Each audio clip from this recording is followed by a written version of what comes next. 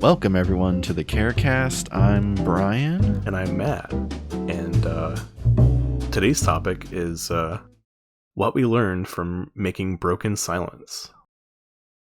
So the first thing I wanted to talk about in that regard is I learned that we should test our game more often on a wider range of hardware configurations. Why do you say that? Well, the game ran very poorly on my very old laptop. And by the time, we were at that point, it was like, we could do some optimization, and, we did that for a while, but it just wasn't quite enough to get it running really smoothly, like the way we wanted it to. Yeah. To be fair, though, your laptop is how many years old? It's probably like 6 years old or something like that. And it was like, it's kind of cheap at the time, so it's not, it's not a good laptop. Right. I know I also had a cheap laptop that was 6 years old that we tried it on, and it ran very poorly as well. Yeah. So there may be some computers that you just can't do anything for. Mm-hmm. Maybe there was something we could have done, but nothing came to mind beyond the optimizations we did do. Yeah. But, so definitely for our next game, we're going to be taking that to heart, I think, and just making sure every step of the way that it's running as smoothly as we can get it. Right. Because it's not just for us, all players have different computer rigs. Maybe they're using a laptop, what have you. Yeah. So the more hardware you can test it on, the better prepared you are for the variety of computers that players will be playing your game on. Yeah. It's important. It's really important to me that as many people can play it as there are people that want to play it, Yeah. It's like that's more important to me than like pushing the envelope, so to speak, of like technology and making our game super fancy or really nice looking. Mm-hmm. It's more important that like it's playable, on low spec Right. rigs. Another thing testing your game helps with is establishing some sort of minimum specs, minimum requirements for the game. Because you're playing it on your machine and it's going all fine and dandy, good for you. But if you can't let people know what kind of requirements your game demands, and just leaving them in the dark, that kind of doesn't really help players know if they're going to even be able to play your game. Yeah. Which I think is pretty important to know. Absolutely.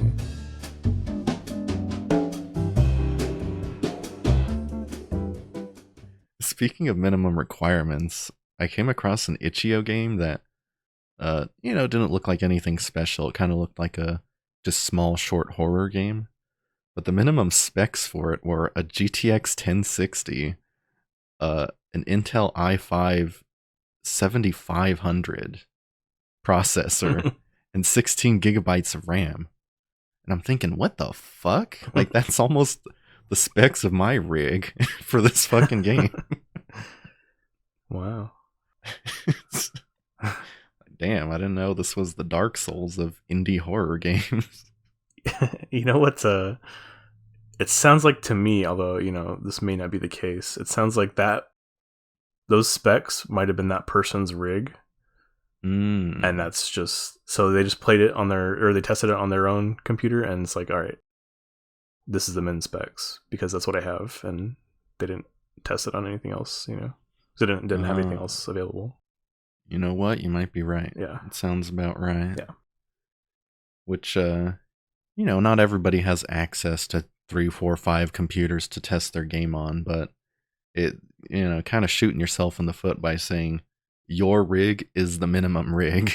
Right. Yeah, but it's a weird thing. Like, I know that we we asked ourselves this when we were developing the game, like, how do we know what what our lowest specs are, like, and we were like, I don't know, like, and it turns out, like, I think it was just like, we should just test it on as many computers as we have available to us, and whatever one works without crashing or ruining the game, like, I guess that's going to be our minimum spec, our baseline. yeah We did have access to a few computers, but the ones that could run it were all kind of in the same like range of hardware, so it kind of just ended up being, we'll go with the junkiest computer of all of them. Yeah, that's true. Because I sincerely doubt that somebody's going to be playing it on a 6-7-year-old laptop. Maybe, but yeah, I don't know. Seeing how quickly computers are replaced these days, it's hard to imagine. Like, it's even hard for me to imagine that both of us still have 6-7-year-old laptops just lying around, right, that we sometimes use for actual purposes. It also kind of depends on your audience, like your target audience for your game, because I think like different audiences are going to have different affinities for like, they're going to be more likely to be playing on laptop, certain audiences, and other audiences are going to have like the new, sick parts, in their rig or whatever. Like, yeah, if you're I don't know, if you're playing like some kind of first person, like, story based game with really like nice shaders and graphics and things like that, I think those audiences are probably going to be a little bit more likely to have a higher average spec. Whereas, like, if you're just making a platformer, then I think all bets are off. You're probably like, they could have anything from 10-year-old potato laptop to the highest spec. So yeah, because it's like a very wide audience, like platformers. Everyone plays platformers. So right, yeah, I could get behind that. Yeah, I can just imagine the professional competitive CS:GO player and their rig with all the RGB lights and stuff going off in their case and a transparent side, and you can see all that stuff in there. Yeah.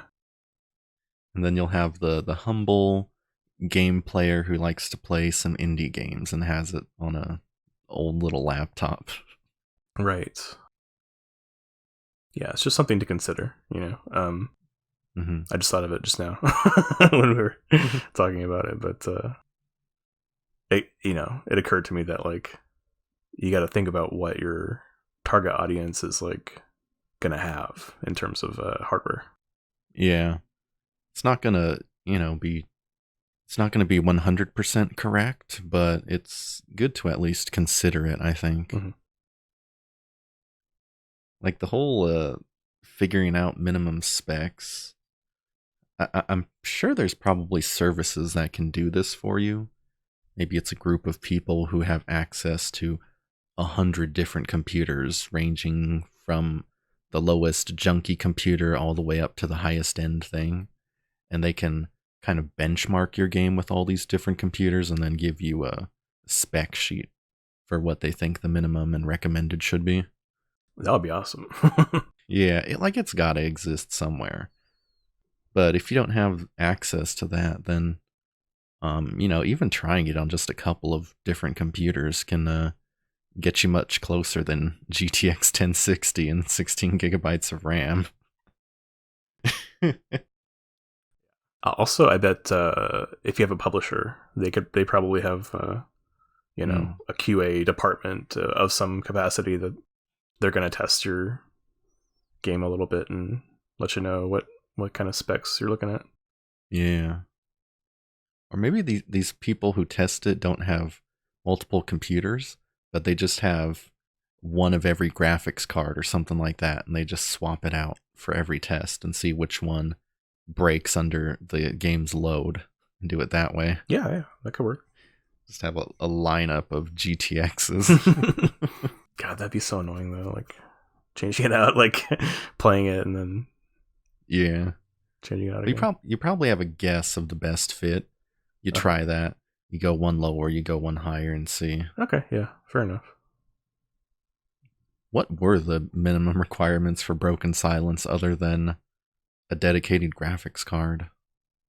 I mean, I think that's pretty much it. We did have a less than 6 years old laptop that we tested it on, and we determined that to be the minimum spec, but we never listed the rest of the specs because we concluded that it was the integrated graphics that was like causing the problems. So that's just what we went with, I think. Yeah, the graphics were the bottleneck of the whole operation, I think. I don't think any more RAM would have helped with it. Because my laptop had 8 gigs of RAM or something, and that's not anything to sneeze at, but it could not play that game for the life of it. How many gigs of RAM did your laptop have? I think just 4. 4, okay.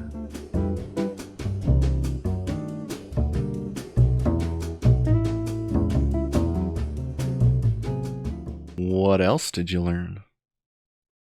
Well, I learned that the more detailed your design documents for making the game are, the easier time you'll probably have during development.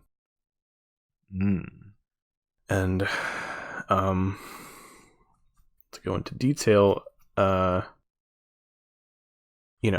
our Broken Silence started out as a school project. For anyone who's not aware, which is probably everyone listening to this.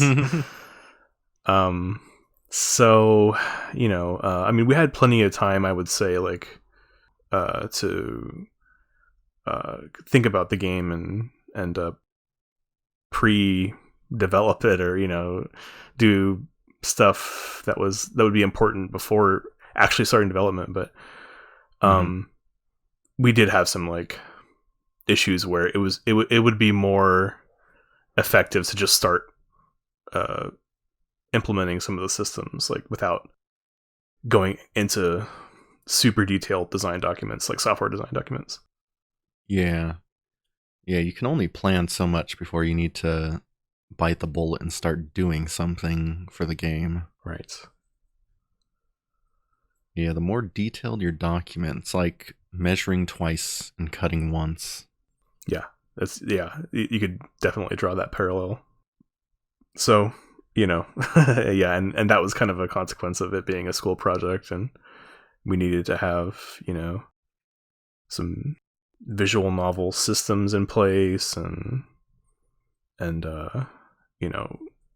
we just needed it, and we had to write it, and it wasn't great like development practice, and it was pretty tough at times, but I guess it turned out okay. Yeah, well, I guess for the record, what's available on Itch.io and what we submitted for the class project are 2 totally different things. Yes.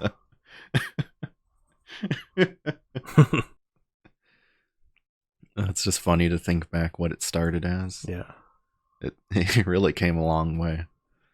Yeah, absolutely. I think we're definitely wanting to show some glimpses of what our original project looked like. If anyone wants to see those, I'm sure we'll post them at some point.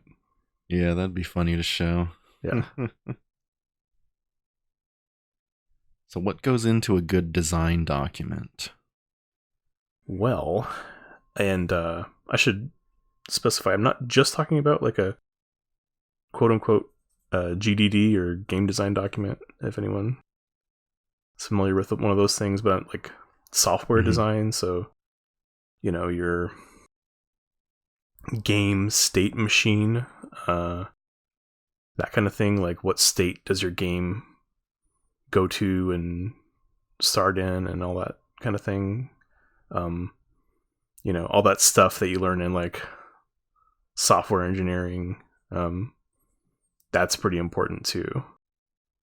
So as for what goes into it, it's just like everything you can think of, and it just takes time to think about how you're gonna implement each system, and just time, really. and time and like contemplation, what you're gonna need and how the systems are going to communicate with one another, I think is the most important stuff. Yeah, I'd have to agree. Yeah. And I'd say specificity in the document really goes a long way, because I think a lot of neophyte game developers, not to say we're experts or anything, master game developers, yeah, but I feel like people who are new to game development, their design documents go a little something like, oh, we should have like a magic system and an item system, and we should have 20 different swords the player can pick from, and there'll be quests, and there'll be a giant dragon you have to fight, and very broad kind of items on the list that when you go to execute on those ideas, you're kind of lost because you didn't really nail down what literally needs to be done to make a quest, or what literally needs to be done to have a magic system. I feel like it's thinking of the design document in super high level terms that are so vague and undefined that it's almost like pointless to write those kind of things down. You really need to hone the document down to what you're going to type into the program. What actual lines of code are you going to be putting in there? And what pieces of art specifically do you need to create the game? And what dialogue are people going to say? And what are the 10 sword types and all this other stuff? Yeah. And I would say, like, I think it's okay to start there, I would say. Mm-hmm. Like, you can start with, oh yeah, I want this many enemy types and this many weapon types and that kind of thing. But I think developers of that type fail when they don't go any further. They don't go into the data and procedures that are going to need to be in the game that's gonna implement that those bullet points that they came up with. Mm-hmm. So, and it's just, it's less fun to go into that much detail about it. Like, it's the more fun part is like, oh yeah, I just want all these enemies in my game. But it's less fun when you say, okay, well, how am I gonna keep track of each enemy type, and what kind of procedures are these enemies gonna have? Like, what can they execute? What actions can they take? What states can they be in? All that boring shit. Yeah. That's it's less fun, but it's more important for development. Yeah, it's the very unsexy part of game design and game development. Yeah. When you have to really think about, how am I actually going to implement this dragon? Right. Because you got the dragon and all that, and those are your very highest level bullet points. But then you need those sub points to, it's like a roadmap telling you how to build this game that you're writing for yourself, so your future self will know what steps need to be done. when that time comes to put fingers to keyboard and start programming this or drawing this up in Photoshop or what have you. Yeah, it all seems pretty like obvious when you think about it. Like, yeah, of course, the more detailed these documents are, like the easier it's going to be. But things happen, and we're all human. We get bored, we move on. We don't always want to do the hard stuff. But from experience, like I'm working on a different project now, and I haven't done much with it, but like what I have done, I had a really detailed design for it, and it went pretty smoothly, all things considered. So I'm definitely detailed. Yes, yeah, a more detailed design for the algorithms and whatnot. So it's like definitely I'm definitely learning by doing. The big exciting part is when everybody teams up and y'all start throwing ideas into this cooking pot, and you're like, yeah, we're gonna have magic, we're gonna have dragons, we're gonna have quests, we're gonna have all this. So who's gonna program all this? Not me, man. What about you? I don't know, man. I don't really program. I don't. It kind of devolves into that, and I'm sure you've been there in your game development experience, where y'all have big ideas, and then it just kind of it just fucking blows up, bro. It just fucking explodes, okay? Because y'all were like, yo, we're gonna make WoW fused with Minecraft, fused with Call of Duty, and it's gonna be epic, and we have 3 months to do it.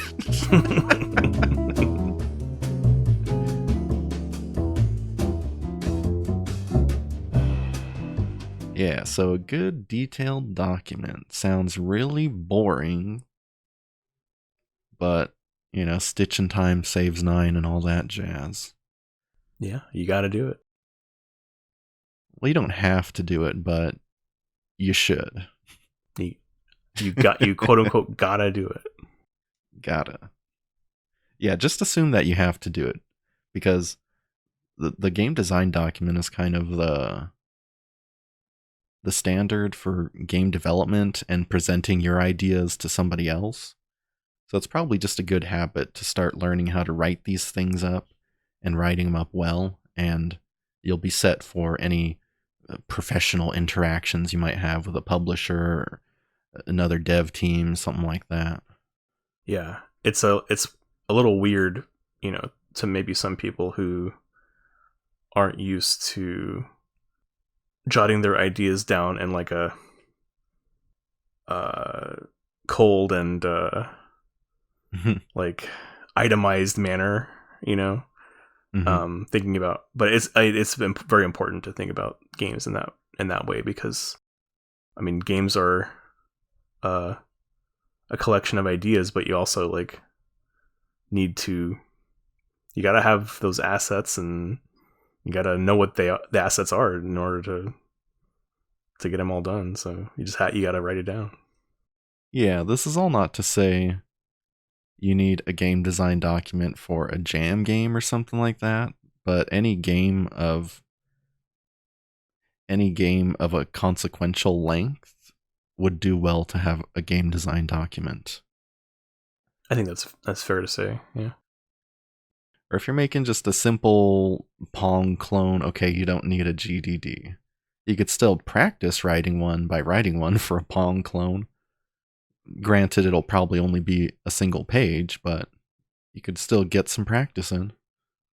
I think, what a GDD is going to change. Like, if you are making a really small, simple game, like, you gotta know what you need, Mm-hmm. Like, what do you need? Write it down. There's your GDD,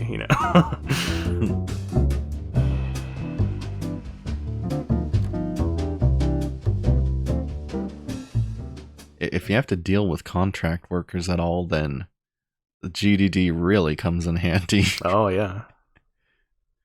Do we want to talk about that a little bit? Yes, and yeah, you can start because I know that you had a little bit more experience in that regard. Yeah, sure. So the final version of Broken Silence was created by us and also contract workers we hired, because we are not artists nor are we musicians, so we had to seek help from other people. And when it comes to working with contract workers, they really appreciate being told what you want down to the T, because they're not really there to interpret what you say, um, for fear of doing something that you don't want. So it's better that you know what you need from them. So, for example, if you need character art for a sprite in your game, you should be able to tell the contract worker exactly what that character looks like. Maybe have some reference pictures, like a face that looks similar to the one that's in your mind, some reference pictures of the clothing that they're wearing, so that the contract worker can take all this and apply it to a picture they make for you. And if you don't come with that specificity, then they're just left to their own devices to kind of interpret what you say. And you get into that gray area where they might make something that wasn't what you desired. And then you're not satisfied, they're not satisfied, and the whole thing is a big kerfuffle.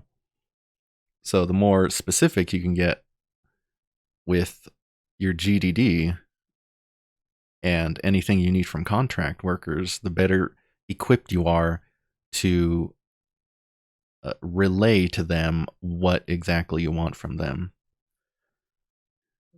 If you can come with a clear picture to contract workers, it's very much appreciated and makes your life a whole lot easier. Yeah, absolutely. And yeah, it just goes hand in hand with our points that the more specific you can get with your design, then the easier it's going to be. It's really what it Yeah. comes down to. And that's a skill that, Yeah. takes time to cultivate, to take your out there airy fairy kind of ideas and distill them into something real, something tangible. That takes effort to do. It's not just easy as, I'm thinking of a protagonist in my game, and then I immediately know what he looks like, what he sounds like, how tall he is, what clothes he's wearing, what his abilities are, what weapon he has. That doesn't just immediately come to someone. You really have to sit and ponder about what you really want the game to end up being. Yeah, that's a really good point. It's it's not enough to just have the idea. You gotta either be able to itemize it and specify it and get it all written down, or you gotta have somebody that can do that for you. Yeah. So somebody's got to be able to translate the idea to plain language. Mm-hmm. Some sort of director or producer, maybe. Yeah. Because usually those aren't positions or roles on small little close-knit indie teams, but you really need somebody in charge doing that and like taking those airy-fairy ideas and putting them to paper so that everybody knows what they're doing. Yeah, I imagine that on some larger projects, the department leads, maybe like the art lead and the programming lead, would be in charge of like specifying, those parts of the project that are going to be needed from each of those departments.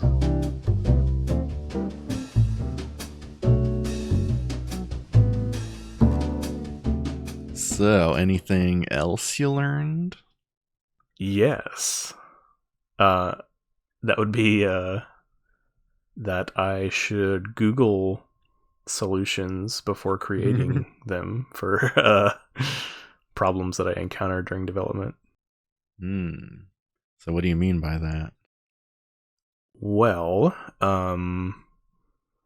for instance, we needed to make some sort of light halos for the lights in our game. And my brain started working on like, oh, how can we, render a halo like object? And, I started writing it, and I started going into shaders and all sorts of complicated stuff when really if I had Googled it, then I would have found out that Unity offers something that's exactly what we needed. So yeah, that was very important. And that's something that I'll have to, it's like something about my my behavior that I'll have to sort of like change, or I'll have to like fight that urge, because I'm just the type of person who's like willing to do it myself if I think I can do it. Like, I'm gonna try to do it, even though like that's not the smartest decision in most of the time. But I should try to fight that and just swallow my pride and just be like, all right, let me Google this and see if it's something it's already been done. But that also means you're very smart, since you're able to create a light halo from scratch on your own. Well, maybe it wasn't the best light halo system, I'm gonna be honest here. So yeah, I guess it was a start, but definitely the whoever works on light halos at Unity probably came up with something a lot better. So, and that's probably the case for most things that I'm willing to do on my own, honestly. Yeah. Kind of sounds like a survivalist mentality, like just creating it from scratch, like just alone in the forest or something. Like yeah, surviving off the land, or relying on oneself, kind of pragmatic approach. Yeah. Like, we don't need toilet paper. We got leaves everywhere. Yeah. Well, it's like, oh, why buy a house when I can just make one? Yeah. I mean, it's just wood and stuff, right? Like, a little bit of metal, maybe. I don't know. Yeah. Yeah. So yeah, that is a shame and time loss, I guess, Yeah. to just find out a light halo existed. But at least you have the experience of making one, so it's a feather in your cap. If you ever have to do that in a different engine that doesn't offer light halos natively, I guess you're set. Yeah, that's true. And I think that's probably where it comes from for me. Like, I'm really eager to learn new stuff. And so when it came down to that, like, I was like, yeah, let's do it. Let's learn light halos. Let's make one. So yeah, I mean, yeah, there is the bonus of like having that little bit of extra experience. That's got to count for something. Yeah. It's like you could go to Walmart to buy a chair, but I'm gonna torture myself a little to just make a chair on my own, and maybe even to just fail on purpose, but I gain experience in trying to make a chair. Exactly. If it doesn't work, then you learned how not to make a chair. Exactly. Win-win. Yeah. I think it also, like that in particular, came about because we're both our programming started with very low level stuff. So with Unity, we weren't accustomed to having all these bells and whistles just at your fingertips to utilize. That's true. Like the stuff we used to program was very simple C++ program. if you had graphics, you were lucky kind of thing. Right. So to just have this whole 3D environment just thrown at you and sprites and images and this whole UI system and light halos and shadows and audio sources and all this stuff, it's just a lot to take in. It really is. Yeah. It also kind of, it also kind of speaks to another aspect of my personality because, I guess you could argue that we should have read the Unity manual, so to speak, and we'd know that what Unity offers a little bit better. Mm-hmm. And that, I think, for myself, like, I don't usually read manuals if I don't have to. I'm more eager to start the development. So, but I mean, I do read up on something if it's important. So if I run into something, I'm willing to read about that. But so maybe in the future I'll get better at my manual reading to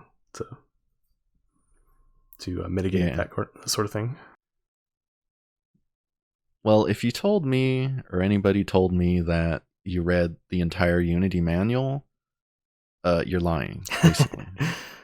Yeah, are you insane? You read the Unity manual in your spare time? Or not just the manual, the whole API of Unity? No, you have not read that. Get out of here. Wasn't there something else besides the light halo that you implemented and learned later was another feature of Unity? It definitely happened a couple times. I don't remember the other instances specifically, but it's more than 2 or 3 for sure. Yeah.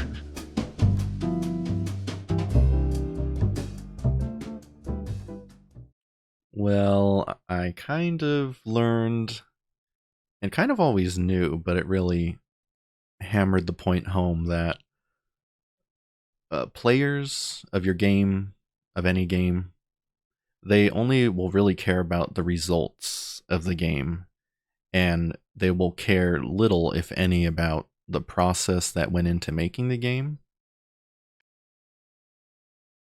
And by results, I don't mean the ending of a game or something like that. I mean the experience, what they get to see. They're not really aware and don't pay much attention to the magic that goes on behind the scenes, the guy behind the curtain, so to speak. So they don't know all the programming, all the artistry, all of the game design, everything that went into making the game. They are ignorant of all of that. For better or for worse, because I swear, if you looked at some of our code for Broken Silence, man. And that's no fault of their own. They're not bad people for not caring about the process of making the game.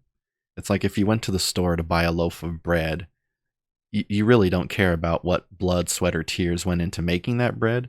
You just care that the bread is there and that it's tasty.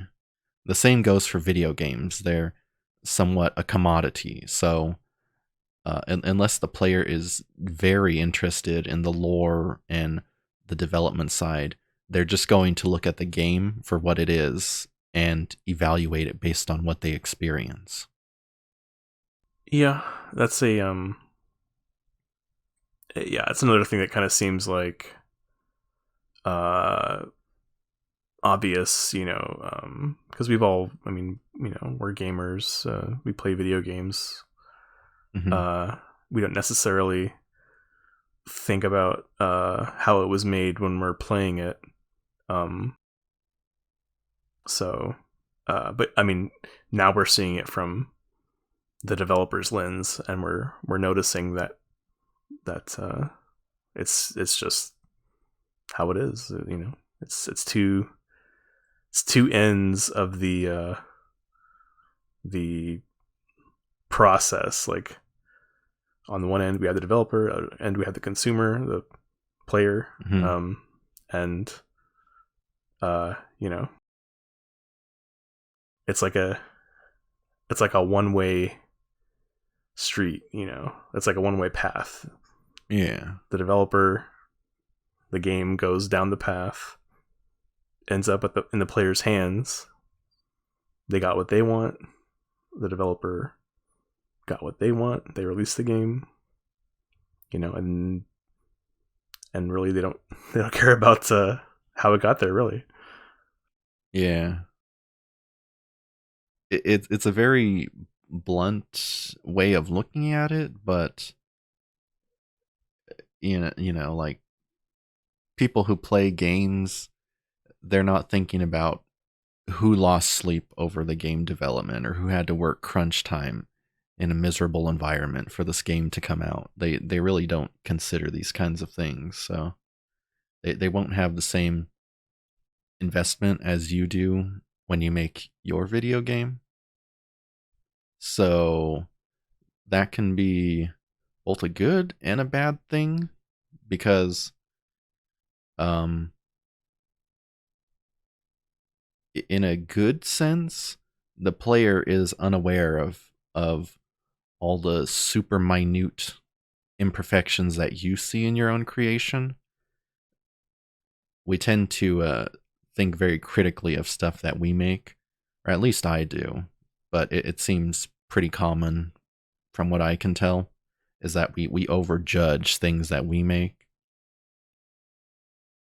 And so you might see, oh, this line of code is ugly, or this object is slightly out of place in the 3D environment, but really your player isn't aware of any of that.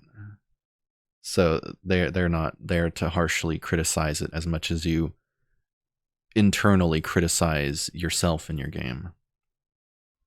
Yeah, you're definitely right that we're all pretty. We're our own harshest critic. And yeah, I mean, everyone's experience is going to be different with the game. Some players are going to notice some things that others might not.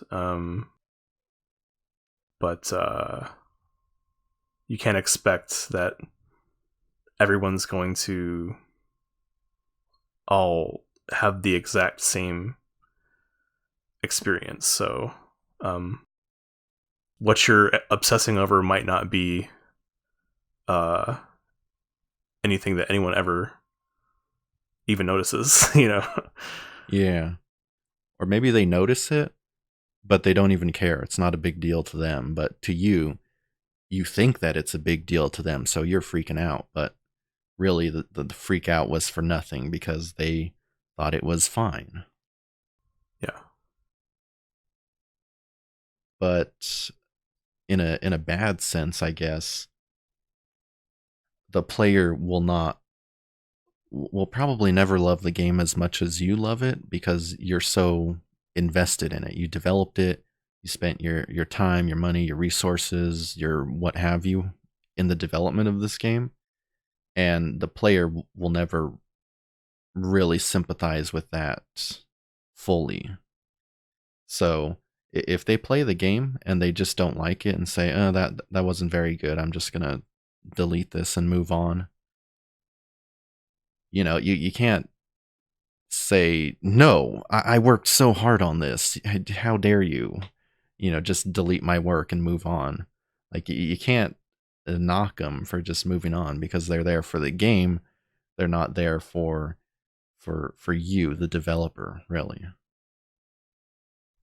Yeah, they're just there to play games, man. So yeah, once your game's released, you've released it from your control. It's out there in the world. So yeah, there's nothing you can do to affect somebody's experience. It's all up to them. Right. It's like you're overjoyed to see the game become a reality. It's released and it's great. But to the player on their side, thousands of games are released every single day. So they don't necessarily have a immediate investment in your game like you do, the person who made it. So you can't knock them for it.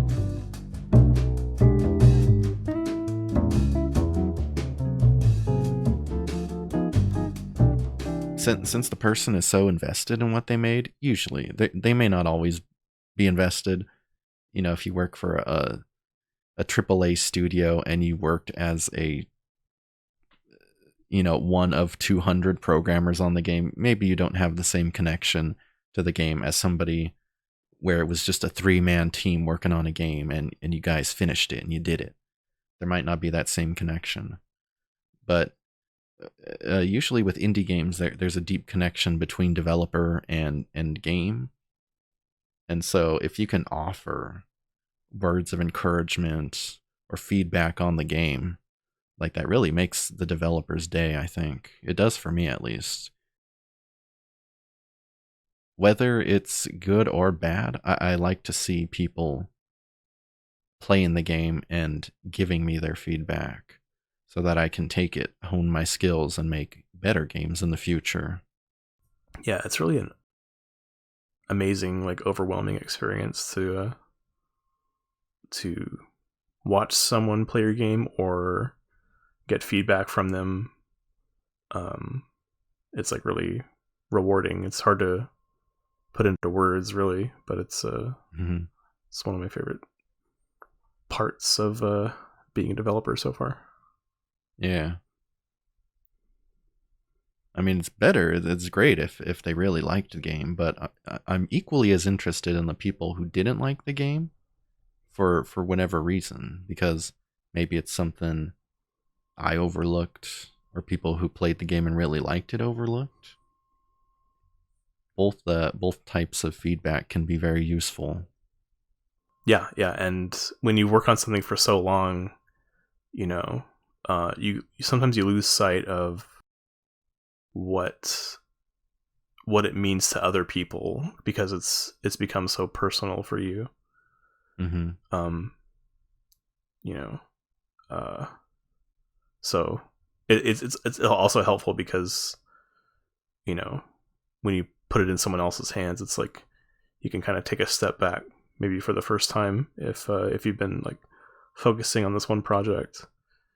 You just get the outside perspective, and that's going to be really helpful in refocusing, because you're getting just a little bit more of a viewpoint on what it is, what the game is.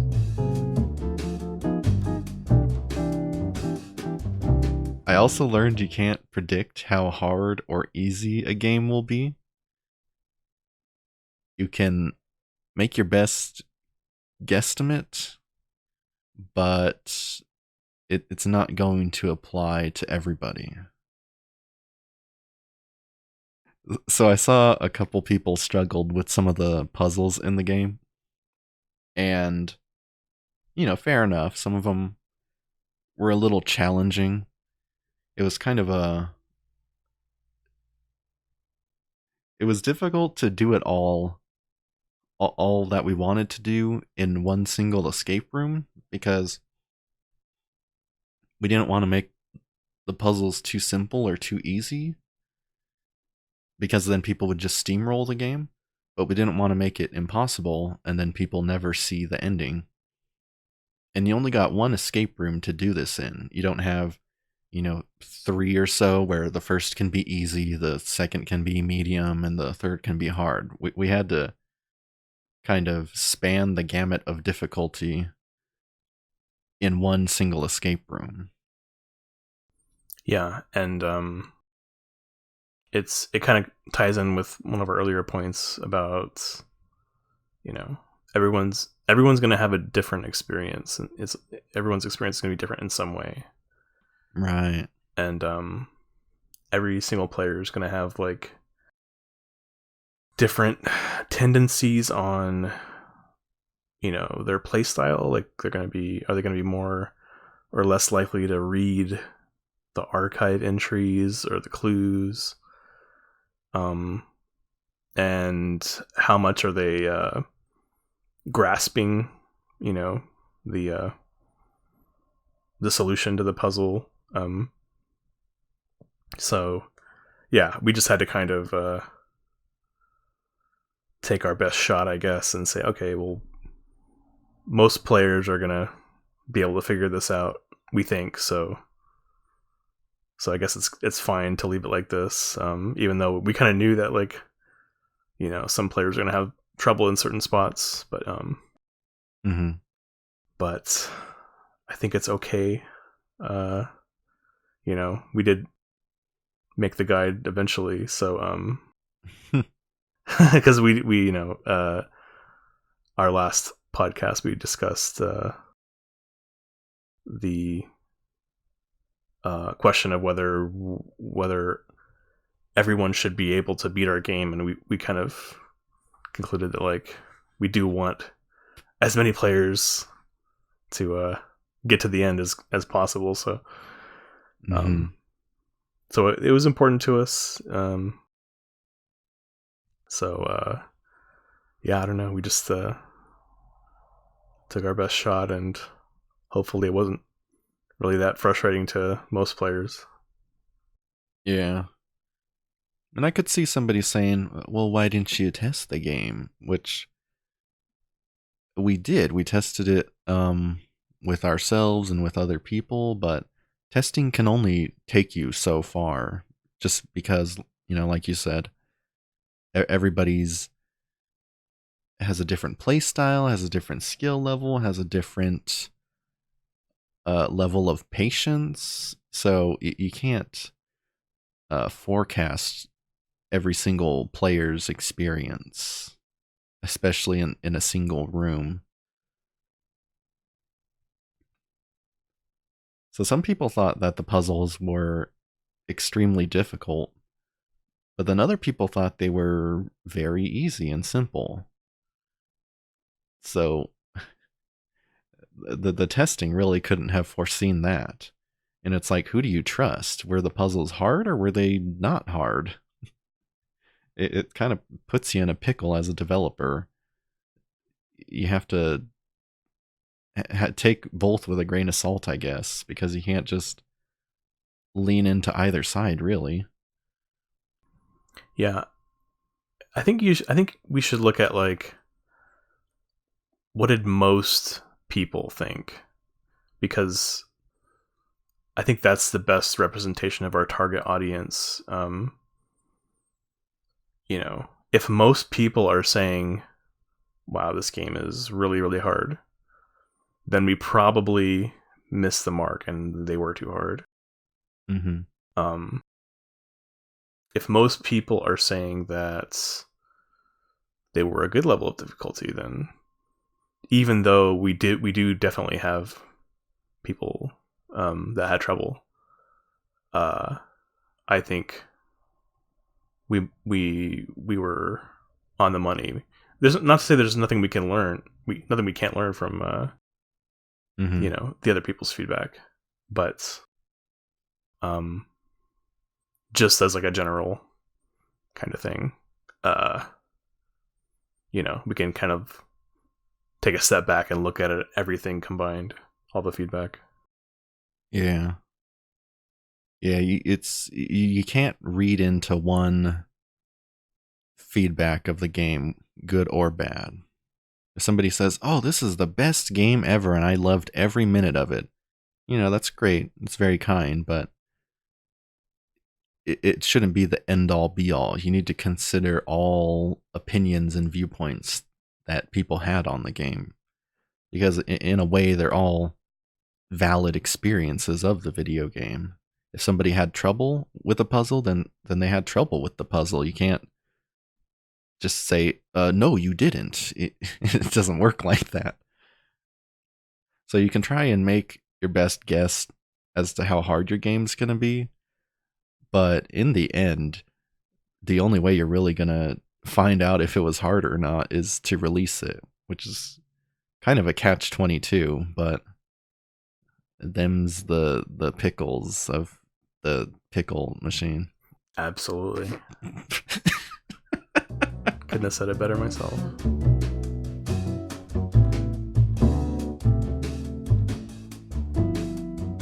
Another thing I learned is that releasing your game is great. Ask me what I mean. So what do you mean by that? Well, it's great to get your game out and get feedback on it. And that feedback you get is it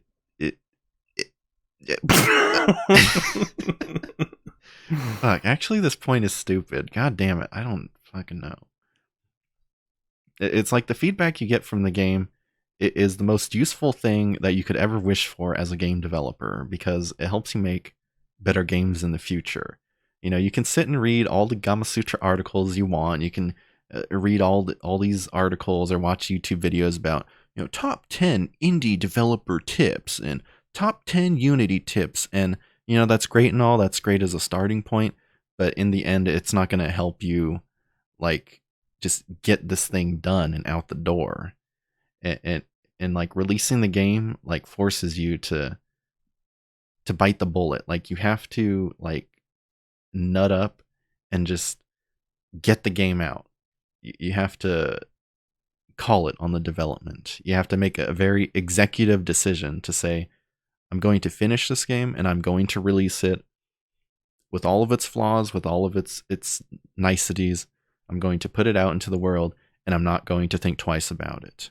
And that is a very scary thing that I don't think a lot of game developers want to face. But it's the best thing you can do as a developer and for your game, because your game is out there. It exists. It is on paper, and it's not just an idea or a work in progress anymore. And when people see that and they give you feedback on that, you take that, meditate on it, and you're prepared to make an even better game next time. Yeah. That's a great point. That's my fucking thoughts. See? When you don't have to filter yourself. Yeah. There you go. God. Okay, so now you can like follow up with whatever. Yeah. That's a really great point, and it's a great lesson. I think for development, because it really is all about actually releasing your projects. Mm-hmm. That's the most important thing. Not to say like you can't spend a lot of time on it or a lot of effort on it, you know, like not saying you shouldn't do that, but you're absolutely right. Like that's what it comes down to, is like, you know, getting it out there is number one. Yeah. The true version of Broken Silence was in development for quite a long time, and we could have spent even more time on there polishing things, making everything supremely perfect, dotting our I's, crossing our T's till the cows come home. But you have to just look at it and say, hey, this thing I have is good and it should be out there. So I should stop just dawdling day in and day out and just get it out there. And that's where I think game jams really shine, because you know, assuming you sign up and you go through with it, it's a great way to practice this exercise of releasing something to the public, in a twofold way, because you're practicing your ability to scope games, which is a very important skill that I think is overlooked in a lot of game development groups, just from what I've seen and I've experienced. That people don't know how to realistically put limits on their game to, you know, still have a good game, but it's not this giant lofty idea that will never be finished, or it'll be finished in 20 years or something. And it also helps you with your you know, which I assume a lot of artists have, is fear of exposure and putting yourself out there into the public. I think that's a very scary thing for a lot of new people who are new to game development or art or singing or streaming or anything. And just putting something out there, even if it sucks, like that's a gigantic step for somebody to take, to just break that barrier and just expose yourself to the public, and just let down your defenses and let them critique your game. Because like some people just aren't mentally prepared for that, I think, and they just never release their game for fear of people hating it, or just I don't know, whatever crazy stories they come up with in their head of just the worst case scenario that could happen. And so they are paralyzed in fear and never release anything. Yeah, it's a scary thing. But I think you're absolutely right. And it's well said. Very, very well said. Thank you.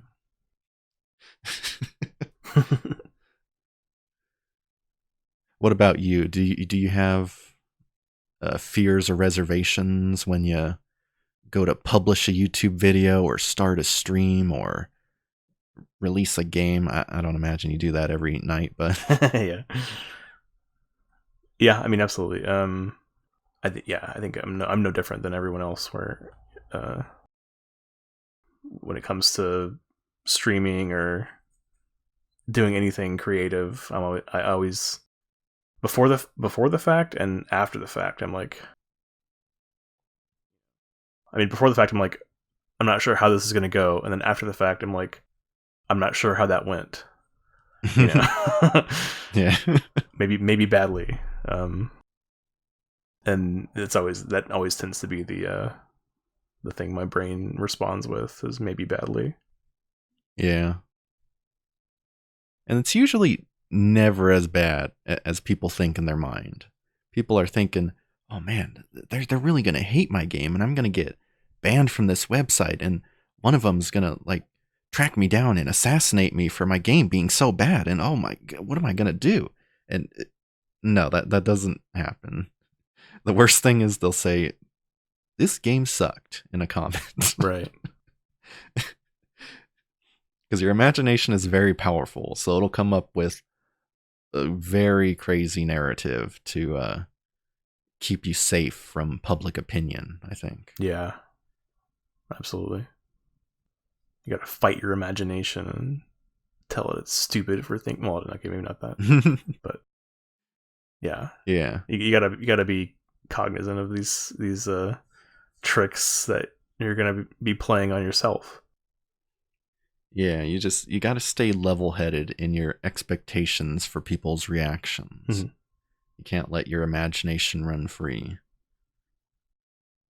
I think that's a benefit of working in a team in game development. Like, I think it's good that there's the two of us, because we can kind of like check each other on these these kind of fears. Yeah. Definitely. If you can work on a team, I would highly suggest it. Yeah. If you're working solo, I think, find a mentor, find a friend, somebody to just, vent and just like shoot the shit and, check one another and stay sane. Yeah. Some kind of buddy system. Yeah. Yeah. Not to say you can't do it solo, but you're going to be fighting more demons than if you did it with a team, mm-hmm. or even just one other person.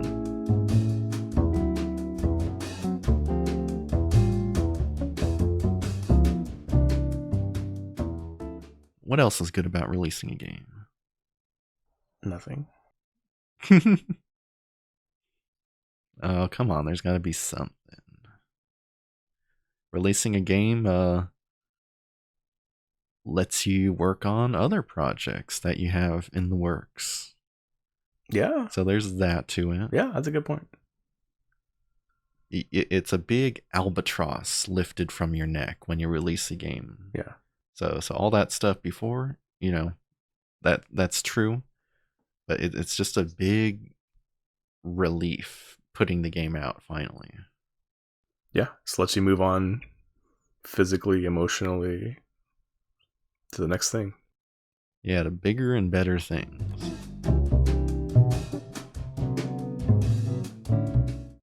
Well, that certainly was a lot of learning from one single game, don't you think? It was, but it was great to talk about everything, and it's kind of like a post-mortem on the game. Mm-hmm.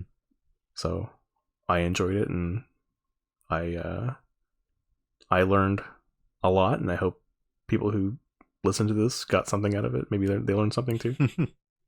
Yeah.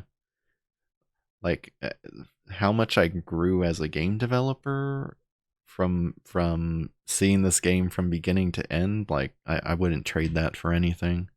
It really was a big learning experience. Absolutely. But now I'm a better game developer for it.